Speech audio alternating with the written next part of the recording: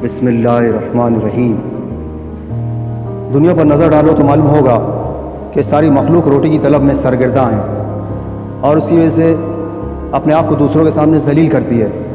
اور ناجائز چیزیں اختیار کرتی ہے، جبکہ قرآن کریم میں اللہ پاک ارشاد فرماتا ہے وَمَا مِن دَابَّةٍ فِي الْأَرْضِ إِلَّا لِلَّهِ رِزْقُهَا، اور کوئی جاندار زمین پر چلنے والا ایسا نہیں ہے جس کی روزی اللہ پاک کے ذمہ نہ ہو۔ ہم بھی زمین پر چلنے والوں میں سے ہی ہیں جس کی روزی کی ذمہ داری اللہ نے لی ہے، لہٰذا انسان پر لازم ہے کہ اپنے اوقات کو ان کاموں میں مشغول کرے جو اللہ پاک کی طرف سے اس پر لازم ہے، اور جو چیز اللہ پاک کے ذمہ ہے اس سے بے فکر ہو جائے۔